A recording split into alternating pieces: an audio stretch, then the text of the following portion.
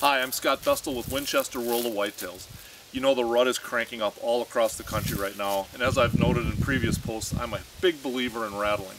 However, there are several tips you can use to become a better rattler and have greater success at bringing bucks in. And having made most of the mistakes possible out there, I'll share what I've learned. Tip number one is always rattle from a stand where you've got some kind of wind advantage so the bucks cannot circle downwind. That's their natural tendency, not because they think there's a hunter over there cracking horns together, but because if they hear a buck fight and they're coming into it, they want to know what they're facing. They want to smell those deer before they come in. So anyway, I always try to rattle from a stand that have got some kind of barrier that's going to discourage or prevent a buck from circling downwind. You can have a soft barrier like a field edge back here behind me. There's a CRP field here. If I've got a buck in the timber and I've got that edge downwind of me, he's going to be reluctant to expose himself in that opening.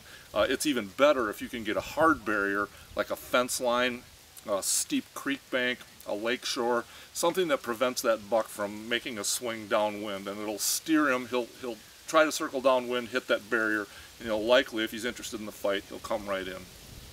The second thing you can do is ramp up your rattling effort. In other words, start slowly and softly. You don't want to freak a buck out by making him think there's a big fight going on, right behind him.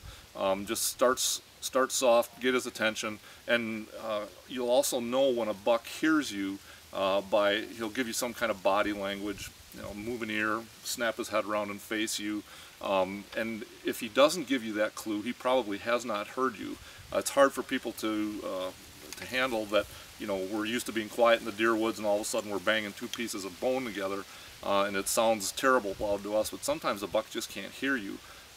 He's running through the leaves, he's been chasing does all morning, he's breathing hard. He will give you some indication that he's heard you. So once you've got that reaction, then you can continue to work him.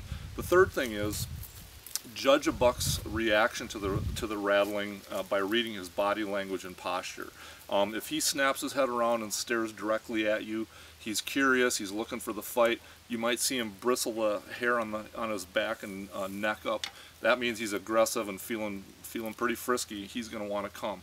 Conversely, if a buck tucks his tail behind him or kind of slinks down, tries to appear small, he's shy. He might just have a shy, non-aggressive personality, or he could be a fighter but just had his butt kicked the other day and doesn't feel like coming to a fight today.